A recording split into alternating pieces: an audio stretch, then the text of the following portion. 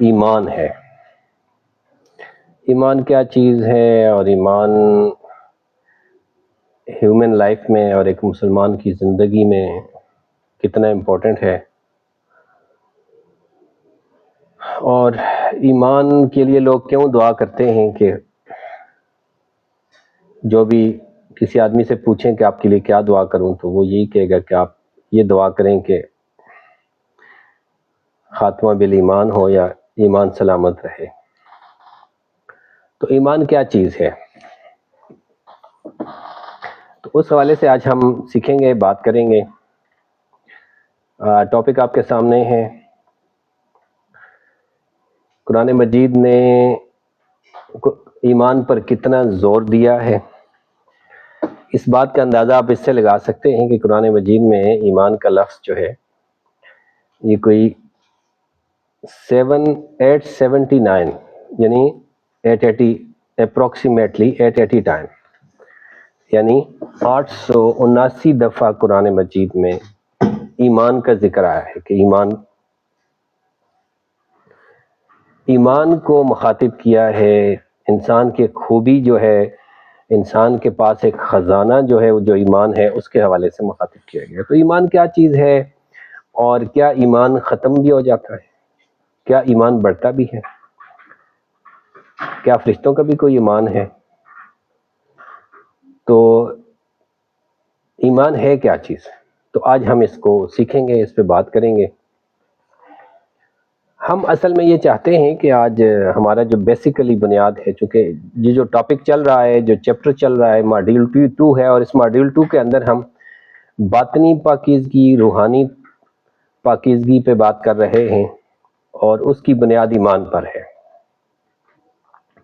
انسان کی باطنی زندگی میں سب سے بڑی کشمکش جو ہے وہ ایمان اور شک کے درمیان ہے۔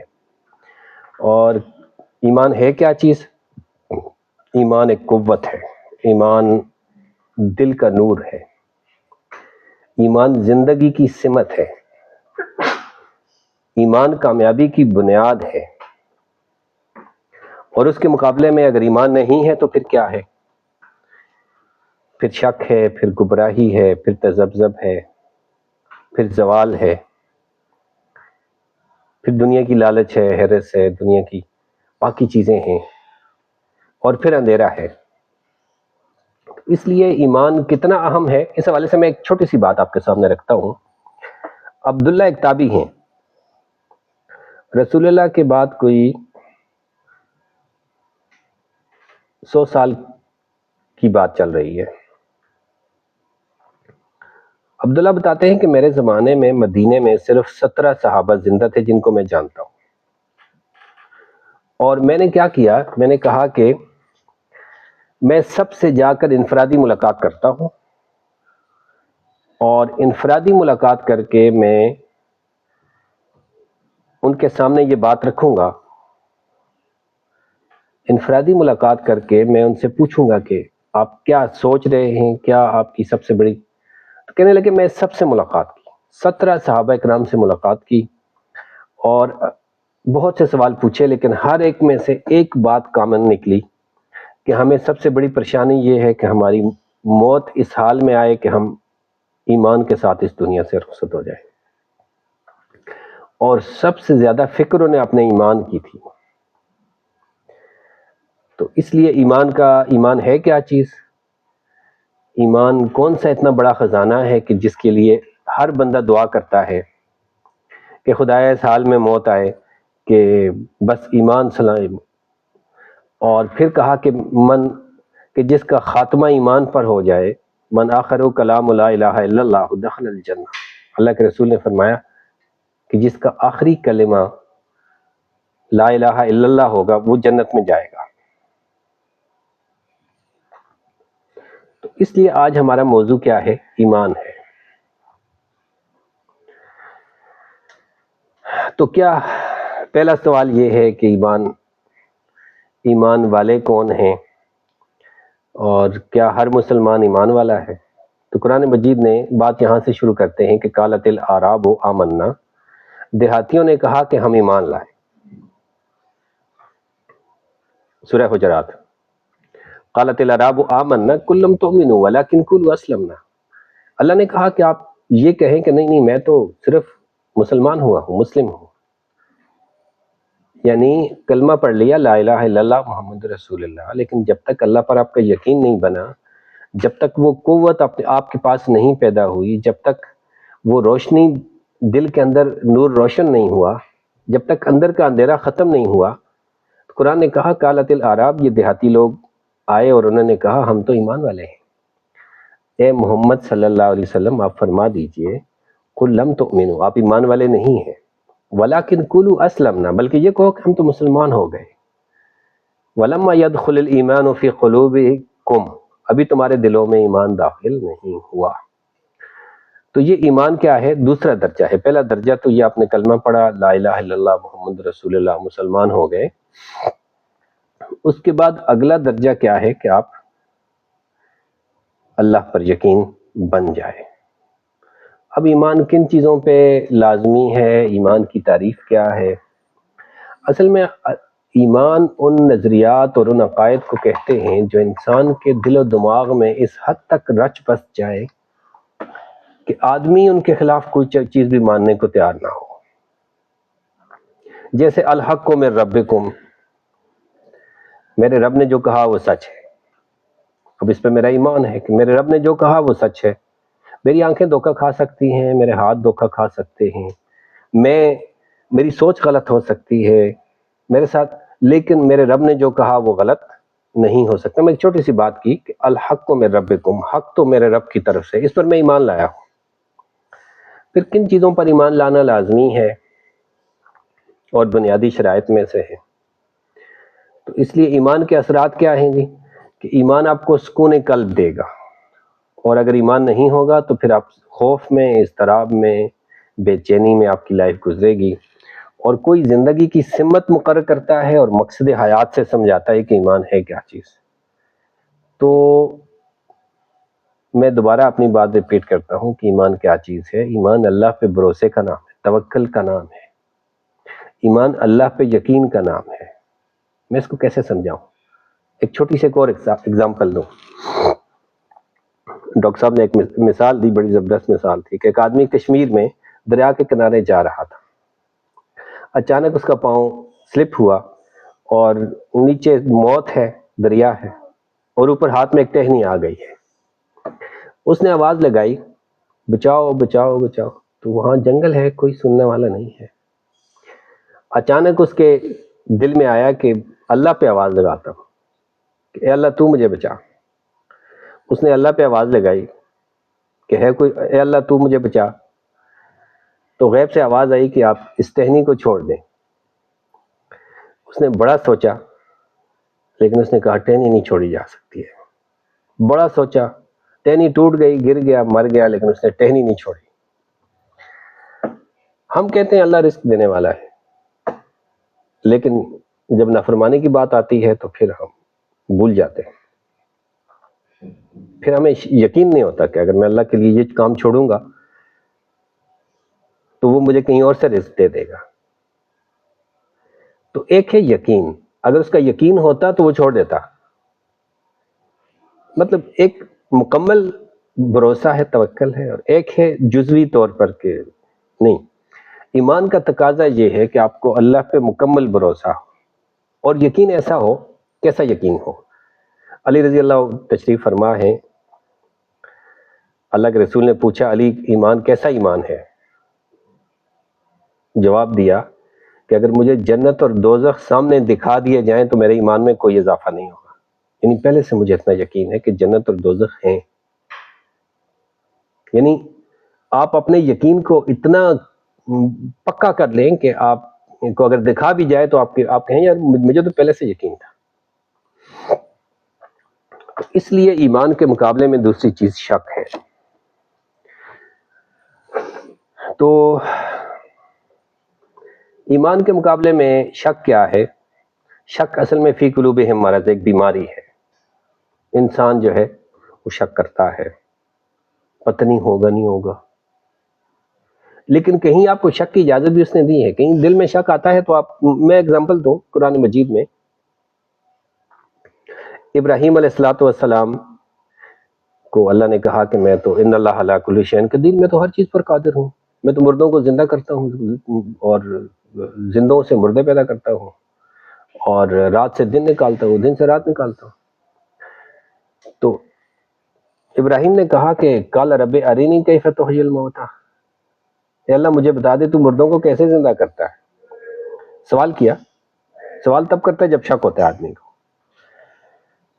تو اللہ نے فرشتے کو بھیجا اور کہا ابراہیم قال اولم تؤمن، کیا تم ایمان نہیں لائے؟ تو ابراہیم علیہ الصلوۃ والسلام نے جواب دیا کہ قالوا بلا، ہاں ایمان تو لایا ہوں میں، ولکن لیطمئن قلبی، میں تو اپنے اطمینان قلب کے لیے میں ایسا کر رہا تھا۔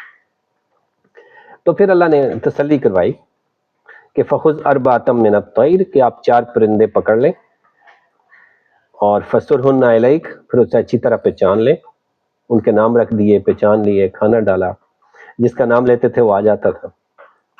اس کے بعد کہا ثم جعل علی کل جبل منہن جزءا، پھر ان کو ذبح کر کے اور ٹکڑے ٹکڑے کر کے ان کے گوشت کو جا کر پہاڑوں پر پھینک آؤ، ثم ادعوہن یأتینک سعیا، قرآن نے کہا کہ پھر تم جب انہیں بلاؤ گے تو وہ دوڑتے آئیں گے۔ جب ایسا ہوا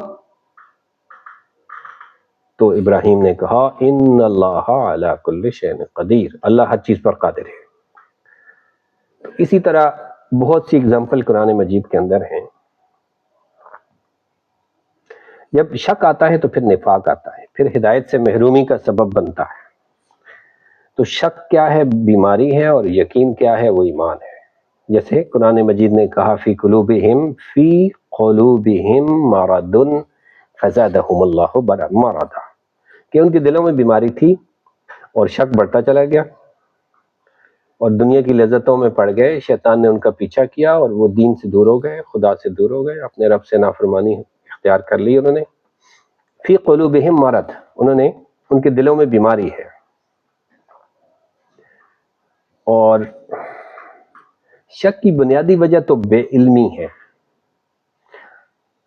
شک ویسے نہیں آتا جب آپ کو اصل میں قرآن نے ایک دوسری جگہ بڑا زبردست جملہ استعمال کیا ہے کہ الا ان یخشی اللہ من عبادہ العلماء، کہ آپ سے سنو اللہ سے ڈرنے والے لوگ تو علم والے ہیں۔ الا ان یخشی اللہ من عبادہ العلماء، کہ سنو اللہ سے ڈرنے والے لوگ کون سے ہیں؟ علم والے ہیں۔ اور نہ ڈرنے والے کون ہیں؟ شک کرنے والے کون ہیں؟ ان کا بھی کلیئر کیا کہ بل اکثرهم لا یعلمون فهم یشکون بل اکثرهم لا یعلمون، ان میں سے اکثر لوگ علم نہیں رکھتے، شک کرنے والوں میں اکثر لوگ علم نہیں رکھتے، اس لیے وہ شک کر رہے ہیں۔ تو ایک تو یہ ہے کہ کچھ لوگوں نے اپنے ایمان کو پس پش ڈال دیا تو شیطان نے ان کو پیچھا کیا اور گناہوں میں مصروف کر دیا۔ لیکن کچھ لوگ ایسے ہیں جنہوں نے اپنی خواہشات نفس کو خدا بنا رکھا ہے، یعنی بجائے اس کے کہ اللہ کی اطاعت کریں، اس کی بندگی کریں، اس کی مرضی پہ چلیں اور اس کی دی ہوئی انسٹرکشن کو فالو کریں، انہوں نے اپنی خواہشات کو اپنا خدا بنا رکھا ہے، اپنا رب بنا رکھا ہے۔ افرأیت من اتخذ الہہ ہواہ، کیا تم اس شخص کو دیکھا، کیا تم نے اس شخص کو دیکھا جس نے اپنی خواہشات کو اپنا معبود بنا رکھا ہے؟ میں اپنے دوستوں میں اور آگے پیچھے دیکھتا ہوں، بہت سے لوگ ہیں انہیں پتہ ہے سب کچھ، اللہ کے احکامات کیا ہیں، انہیں یہ بھی پتہ ہے فَأَلْهَمَهَا فُجُورَهَا وَتَقْوَاهَا، برائی کیا اور اچھائی کیا ہے، لیکن دین سے زیادہ کس چیز کو؟ اپنی خواہش، مرضی، خواہش کے بندے بن گئے ہیں، نفس کے بندے بن کے بیٹھے ہوئے۔ تو یہ ایک بڑی چیز ہے جو انسان کو اس کی رب سے غافل کرتی ہے، وہ اس کی خواہشات بھی ہے۔ پہلی چیز خواہشات ہے اور دوسری چیز شیطان ہے۔ اور وہ شیطان ایسا نہیں ہے کہ راستے میں آپ کو دھوکہ دینے کے لیے کھڑا ہے اور آپ کو گمراہ کر دے گا، نہیں، وہ ہر جگہ کھڑا ہے اور وہ اندر سے بھی آواز پیدا کرتا ہے۔ قرآن مجید نے کہا کہ آپ کے اندر نفس کی 3 اقسام ہیں، ایک اندر بھی شیطان موجود ہے، ایک نفس مطمئنہ ہے، ایک نفس لوامہ ہے، اور ایک نفس امارہ ہے۔ تو اندر بھی ایک شیطان نفس امارہ موجود ہے جو آپ کے اندر برائی کے خیالات پیدا کرتا ہے، لیکن ایک باہر سے بھی شیطان موجود ہے، اور وہ کیا ہے؟ من شر الوسواس الخناس۔ سورہ ناس میں آپ نے یہ پڑھا، من شر الوسواس الخناس، میں اس وسوسے ڈالنے والے خناس کے شر سے۔ خناس کیا ہے؟ شیطان کا بیٹا ہے۔ خناس کیا ہے؟ اس کی لمبی سٹوری ہے، آپ چاہیں تو قل اعوذ برب الناس اس صورت کی تفسیر میں جائیں گے تو بعض لوگوں نے وہ سٹوری لکھی ہے کس طرح آدم علیہ السلام اور حوا جب دنیا میں آئے تو ایک بچہ شیطان نے لا کر ان کو دیا کہ جناب آپ اس کا خیال رکھیں، تو بچہ بہت روتا تھا، چیختا تھا، تو پھر اس کے لیے وہ بڑی انٹرسٹنگ سٹوری ہے خناس کی۔ بہرحال خناس کیا ہے؟ شیطان ہے۔ اور پھر کہا کہ یہ من الجنت والناس، یہ جنوں میں سے ہے اور انسانوں میں سے۔ تو کبھی انسان کی شکل میں، کبھی جن کی شکل میں آ کے آپ کو گمراہ کر سکتا ہے۔ اس لیے اللہ اور اس کے رسول نے آپ کے لیے سورہ فلق اور سورہ ناس نازل کی ہیں تاکہ آپ اس سے پناہ مانگتے رہیں، اللہ کی پناہ میں آتے رہیں۔ تھوڑا سا کمپیریزن ہے، آپ دیکھ سکتے ہیں، ایک طرف شک ہے، دوسری طرف ایمان ہے، ایک طرف دل کا نور ہے، دوسری طرف کیا ہے؟ دل کی تاریکی ہے، اندھیرا ہے۔ ایک طرف بے چینی اور اضطراب ہے اور دوسری طرف اطمینان قلب ہے، سکون ہے۔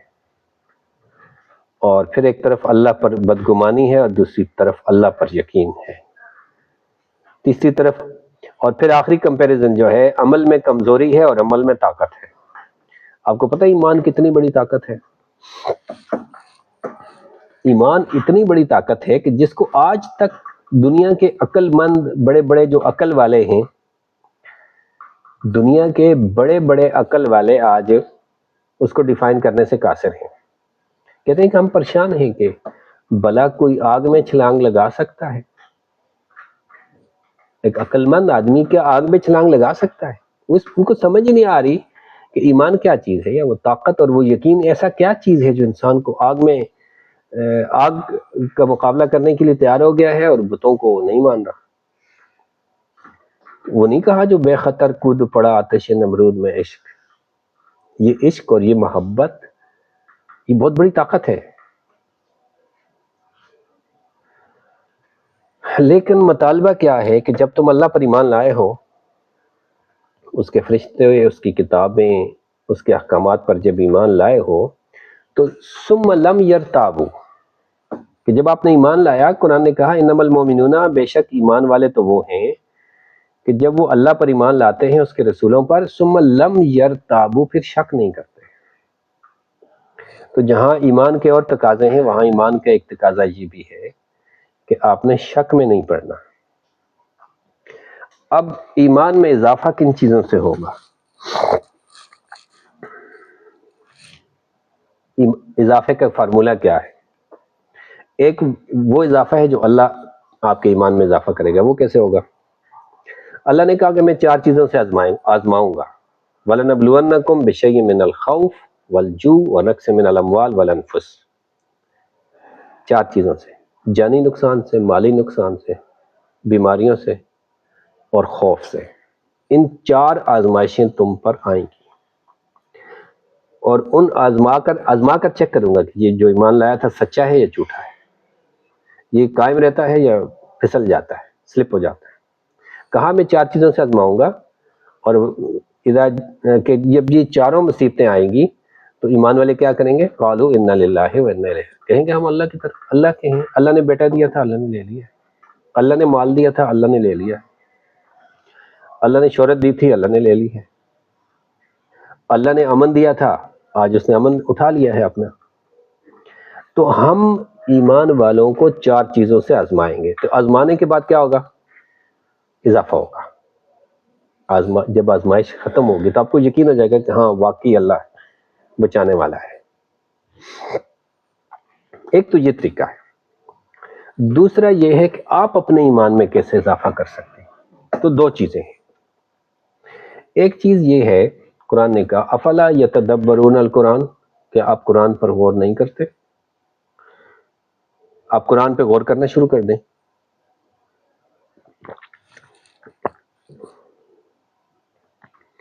افلا یتدبرون القرآن، کیا آپ قرآن پر تدبر نہیں کرتے، تفکر نہیں کرتے، اس کی گہرائی میں نہیں جاتے، اس پہ غور و فکر نہیں کرتے؟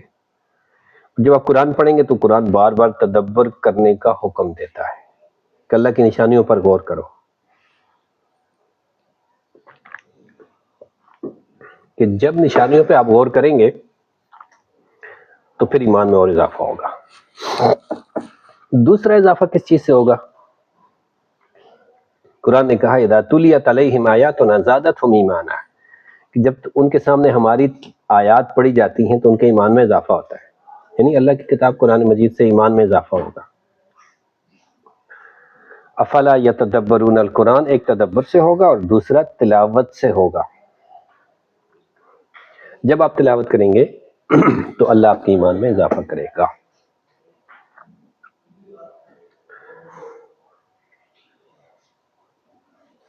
کیا ایمان ختم بھی ہو جاتا ہے؟ سوال یہ ہے۔ ہاں، ایمان ختم بھی ہو جاتا ہے، اللہ معاف فرمائے۔ جب انسان سے کوئی کبیرہ گناہ سرزد ہوتا ہے، جب کوئی بڑا گناہ انسان سے ہوتا ہے تو ایمان، بعض کو کلمہ کفر پڑھ لیتا ہے، کوئی والدین کے نافرمانی کرتا ہے، کوئی بھی بڑا گناہ جب آدمی سے سرزد ہوتا ہے تو اس کا ایمان ضائع ہو جاتا ہے، اور ایمان اس کا اس وقت زیرو ہے۔ اگر اللہ پر یقین ہوتا تو کبھی ایسا نہ کرتا، لیکن اگر مرنے سے پہلے اللہ توبہ کا موقع دے گا تو ایمان پھر آ جائے گا۔ مرنے سے پہلے اللہ نے اسے موقع دیا تو پھر آپ توبہ کر لیں گے۔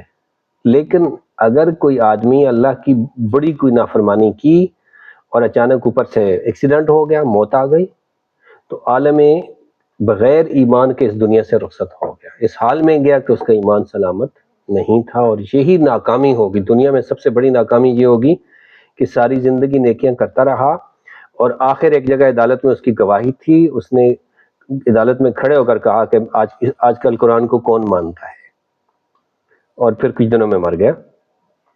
ساری زندگی نمازیں پڑھتا رہا، لیکن آخر میں عدالت میں کھڑے ہو کر اس نے اعلان کر دیا کہ وہ قرآن کو نہیں مانتا۔ تو یہ ہے کلمہ کفر، یہ ہے کبیرہ گناہ کہ آپ پبلک میں کسی عدالت میں کھڑے ہو کر اتنا بڑا بیان دے دیں، اللہ معاف فرمائے۔ تو یہ اس لیے دعا کرتے ہیں۔ میں دیکھیں، اس کی ایمان کی اہمیت کو ایک ان پڑھ جاہل آدمی بھی سمجھتا ہے۔ میں دیہات میں کسی بالکل ان پڑھ آدمی جو کسی کھیت میں کام کر رہا ہے، اس سے پوچھیں نا بھائی صاحب آپ کے لیے کیا دعا کروں، اس نے کیا کہنا ہے؟ اس نے کہنا ہے کہ بھائی صاحب دعا کرو خدا ایمان سلامت کرے، دنیا تو اچھی گزر گئی ہے۔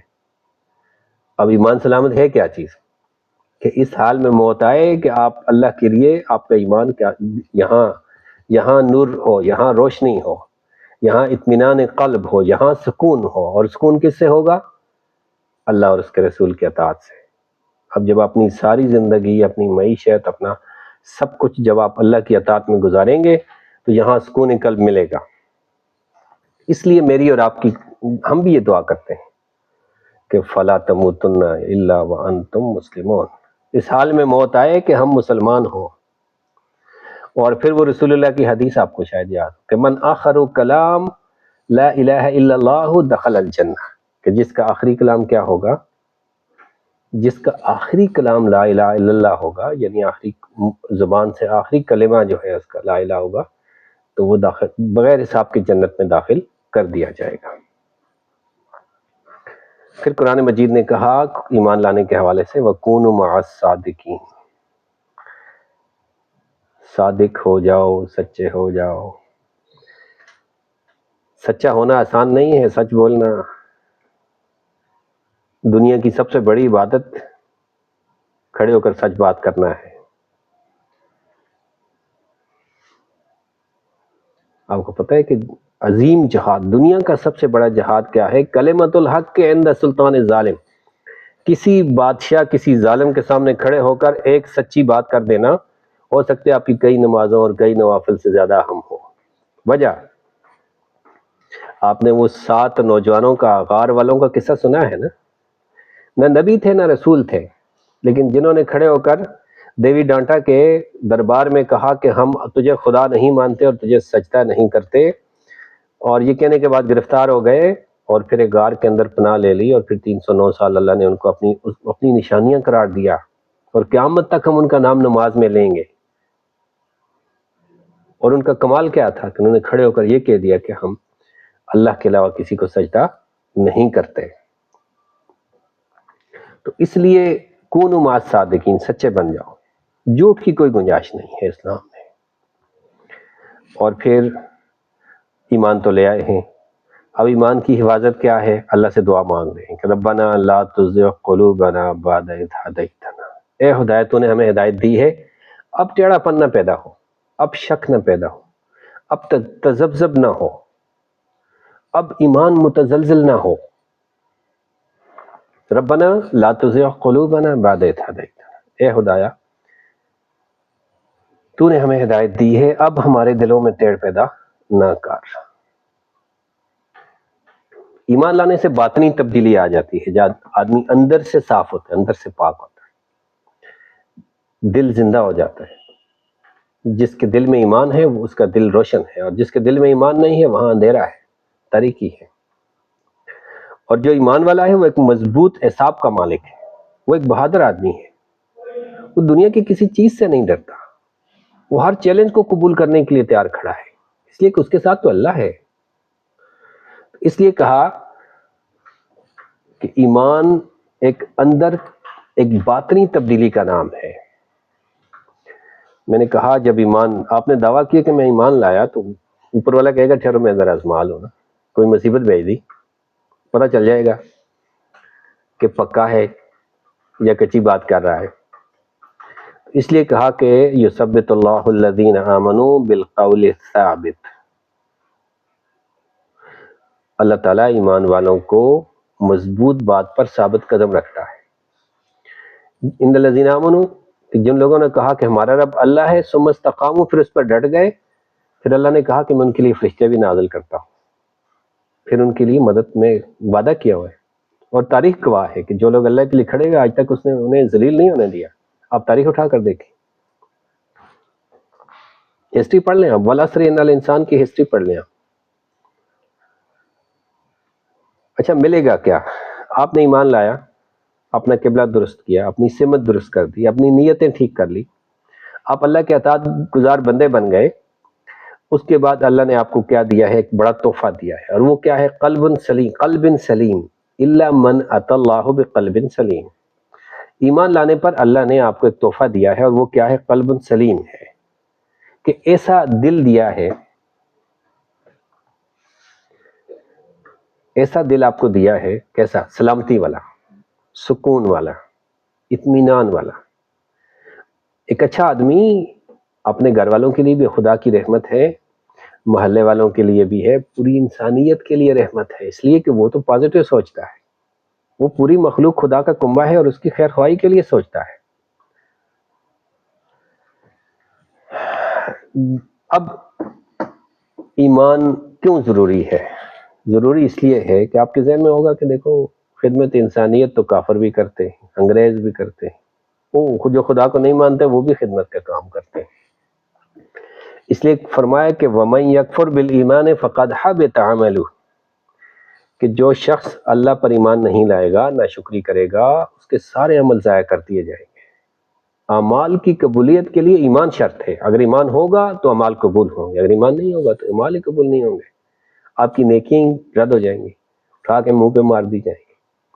اس لیے بنیادی تقاضا ہے، اور یہ ظلم نہیں ہے، یہ ظلم نہیں ہے، میں دوبارہ ریپیٹ کرتا ہوں کہ ایک آدمی کو اللہ نے پیدا کیا اس زمین میں، رزق دیتا ہے، دنیا کی ساری سہولتیں دی، سب کچھ اس نے دیا، اگر وہ اپنے مالک کو ہی نہیں مانتا تو اس سے بڑا ظلم دنیا میں کیا ہو سکتا ہے؟ اس کے سارے اعمال کیوں نہ ضائع کر دیا جائے کہ جو اپنے رب کو نہیں مانتا ہے، جس نے پیدا کیا ہے، اور پھر لوٹ کر اسی کی طرف جانا ہے۔ یہ آیت میں نے آپ کے سامنے پڑھی، آپ نے اس کی تلاوت کرنی ہے۔ وَإِذَا تُلِيَتْ آيَاتُنَا عَلَيْهِمْ آيَاتُنَا زَادَتْهُمْ ایمانا، ان کے ایمان میں اضافہ ہوتا ہے۔ پھر کہا کہ آپ نے اللہ پر ایمان لایا ہے تو وَعَلَى اللَّهِ فَلْيَتَوَكَّلِ الْمُؤْمِنُونَ، اللہ پہ توکل کریں، اپنی ساری امیدیں اللہ پہ رکھیں، کسی رشتہ دار پہ، کسی پڑوسی پہ، کسی مرد عورت پہ، کسی فرد، دنیا کی کسی ایسے شخص پر آپ اپنی امیدیں وابستہ نہ کریں، صرف اللہ پہ۔ اور وَمَن يَتَوَکَّلْ عَلَى اللَّهِ فَهُوَ حَسْبُهُ، جو اللہ پہ توکل کرتے اللہ اس کے لیے کافی ہے. لیکن میں نے یہ آیت میں نے فرسٹ ٹائم پڑھی کل، مجھے بہت اچھی لگی. اللہ نے کہا ہے کہ الیہ یصعد الکلمۃ الطیب والعمل الصالح یرفعہ. پاکیزہ کلمہ جب آپ نے لا الہ الا اللہ محمد رسول اللہ پڑھ لیا ہے تو اللہ تعالیٰ آپ کو بلندی پہ لے جائے گا، اور صرف بلندی پہ نہیں لے جائے گا بلکہ اللہ نے کہا ہے کہ وہ آپ کو ایک طیب لائف دے دے گا، ایک پاکیزہ زندگی عطا کرے گا. اور پھر وارننگ دی ہے کہ یا ایھا الذین آمنو، اے لوگو جو ایمان لائے ہو، اللہ سے ڈرو. آمنوا اتقوا اللہ حق تقاتہ، جیسے ڈرنے کا حق ہے. ولا تموتن الا وانتم مسلمون، نہ مرو مگر اس حال میں کہ مسلمان. تمہاری موت صرف اس حال میں آئے کہ تمہارا ایمان کامل ہو، تم اللہ کے فرمانبردار ہو، نافرمانوں کی لسٹ میں نہ ہو، اللہ کی اطاعت اور اس کی بندے بن جاؤ. دنیا کی کامیابی، کیا کامیابی، بہت بڑی کامیابی بھی آپ کو مل گئی تو وَمَا الْحَيَاةُ الدُّنْيَا إِلَّا مَتَاعُ الْغُرُورِ، دھوکہ ہے. سب کچھ مل گیا پھر بھی موت آئے گی اور سب کچھ ادھر ہی رہ جائے گا، آپ خالی ہاتھ جائیں گے. کوئی کفن میں کوئی جیب نہیں ہے، سب کچھ آئی ہیں. اسی لیے جب آپ ایک آدمی نے بہت سکسیس لائف گزاری ہے، دنیا میں سب کچھ اسے مل گیا، کرسی بھی مل گئی، دولت بھی مل گئی، بڑا گھر بھی مل گیا، گاڑی بھی مل گئی، لیکن آگے جو ہی فوت ہوا تو فرشتے کھڑے ہیں، جناب بھائی صاحب کدھر گئے تھے، کیا لے کے آئے، آگے کے لیے کیا بھیجا ہے، آخرت کی کیا تیاری کی ہے. تو اصل کامیابی وہ ہے جو مرنے کے بعد شروع ہونے والی ہے.